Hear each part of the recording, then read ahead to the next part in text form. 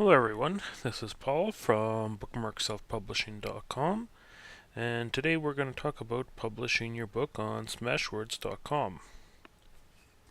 So, the first step in actually getting your book onto smashwords.com is you have to get your manuscript ready. Now, most authors will already have a manuscript. Unfortunately, Smashwords.com is very picky about the formatting it takes, and it also is very picky about the files they accept.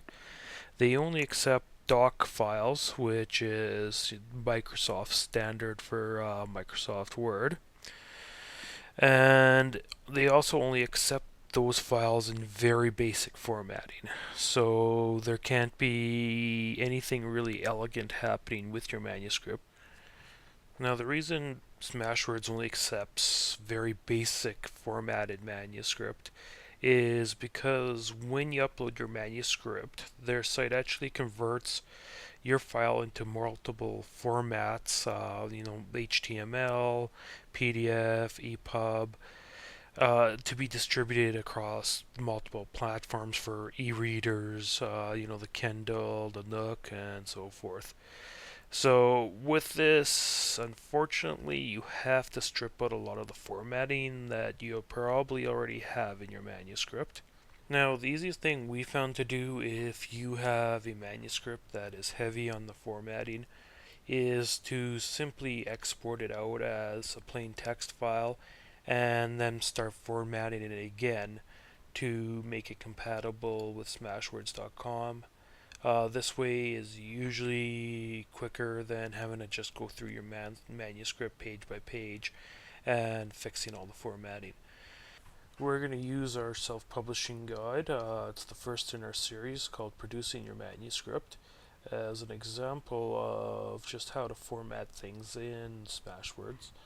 Now, as for the first thing you can see here is that images are obviously okay. There are set rules, so obviously you want to keep the images small. Smashwords only does accept files up to the size of 5 megabytes, so any big images, if your book had been into print, have to be reduced to a smaller web compression format, which is usually pretty easy, and most books would probably pass as is.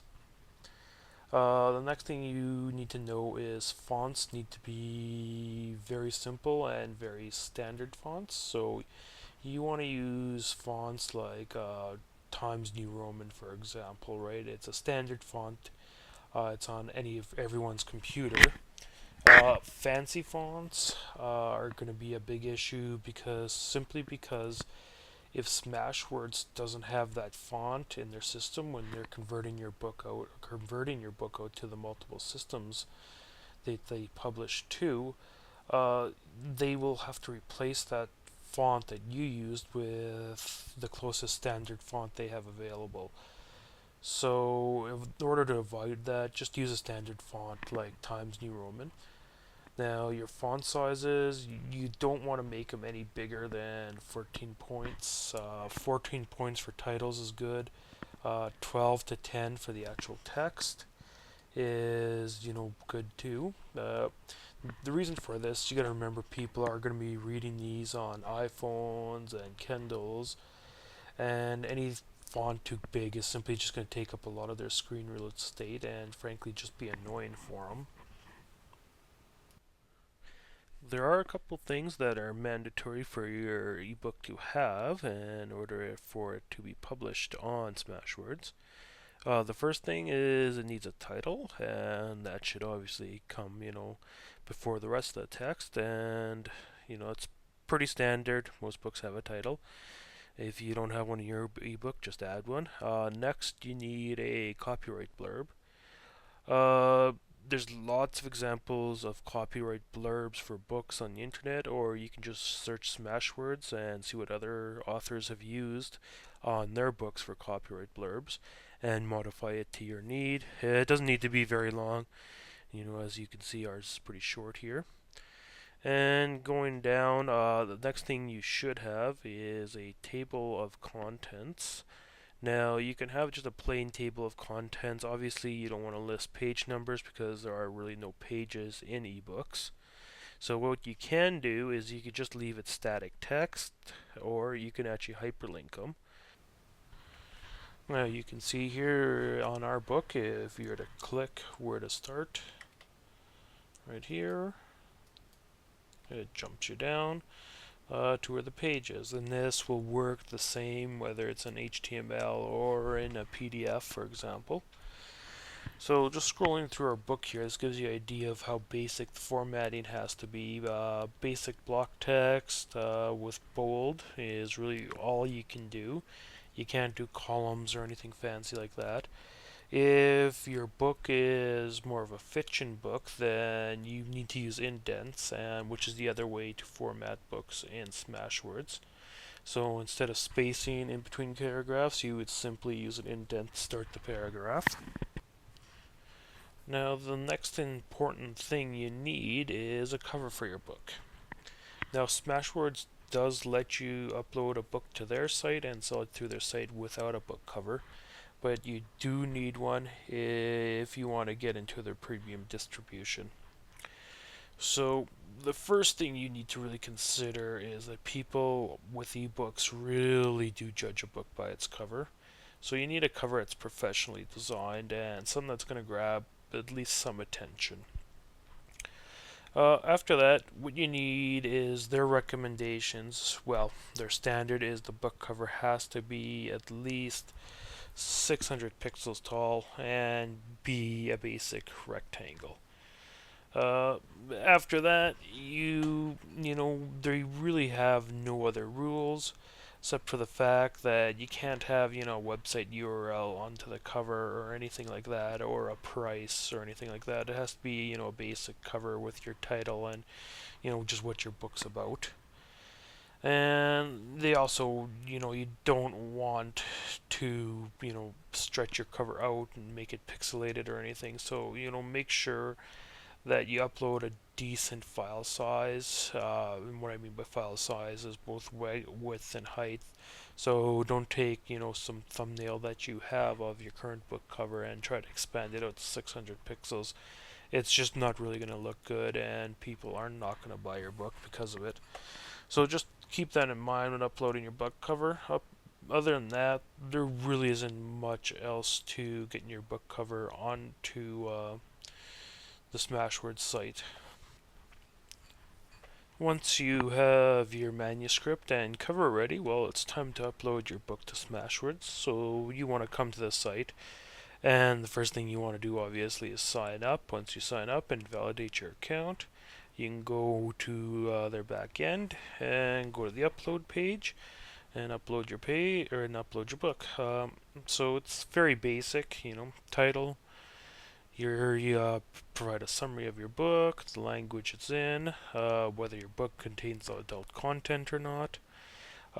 Here is the pricing for your book. They're actually quite flexible on pricing, so you either make your book free, like we have with ours. You can let the reader determine the price of your book, and you can also charge a specific amount for your book. Most people, I would say, recommend to charge between 99 to 4.99 for an ebook. But obviously, you can search around and see what other people that have books similar to yours are charging. Down here, you can control the sampling of your book. So this is basically how much of your book the reader can preview for free. So they have it defaulted at 20%. Uh, you can do anything from 10 to, I wouldn't go past 50, just to lure the reader in there. Then you simply here select the category your book is in, add some tags. These are important for both the Smashwords search and for what Google sees. So make sure you enter some tags for your book. Tags are nothing but keywords. So if your book was on self-publishing, well, you'd enter the keyword self-publishing here. Here they let you select what formats you want your book distributed in. So usually there's no reason to not want to select them all, but some people may be, you know, concerned about what their format looks or what their book looks like in a certain format. So, for example, in plain text, well, that's all the reader's going to be able to see is plain text. They won't see any images or anything you've embedded into your book. So, some people, if their book is image heavy, they might turn off the plain text feature. Uh, here you upload your cover image and then you select your file and upload it up and accept their publishing agreement and go. Now, once you have uploaded your book, it has to go into a queue of all the other books that are being processed, and this usually takes a little while. Smashwords will send you an email once it's done. Now, once your book is done, well, you simply go to the dashboard area here, and you can review your book by simply clicking on it. You can see how many people have downloaded it, how many people have added to their library, and if your book is not free, well, you can see the price of it, and you can also see how much you've made. They also show you things like stats and SEO, what Google sees from the site. And you can also unpublish it here. So if you were to click on our book here, you'll see what the reader actually sees, and it's a basic overview of the book description, and all the different formats it's in. So if you were to click on HTML, for example, well, here's the HTML on site preview of our book, so a user could read their book or read our book right here on the Smashwords site. Or if we were to actually go back to the main page here, a visitor to the site could download our ebook in not only the HTML format you just saw, but for Kindle, for the EPUB, in a PDF, in an RTF, which is most word processors, and the list goes on. People can also review your book here. So that's about all there is to getting your book onto Smashwords. Now, for people who find getting their book onto Smashwords.com is a little complicated, Smashwords does provide this excellent style guide that basically covers everything to do with getting your book uploaded and published with them. It goes into quite a lot of detail, and I do recommend reading it if it's your first time putting in a book onto Smashwords, or if you're someone who has tried to put their book onto Smashwords and it didn't turn out right after the site processed it. Uh, the book is freely available on their site. We'll provide a link through it or a link to it in the article that's going to accompany this video, along with the rest of the resources we're going to include in the article. For those of you watching this on YouTube, just go over to our site, bookmarkselfpublishing.com, and you'll be able to find the article and the video there. Now, on a side note, I would just like to tell everyone that we have done a major upgrade to our site, so we've basically gone social with it.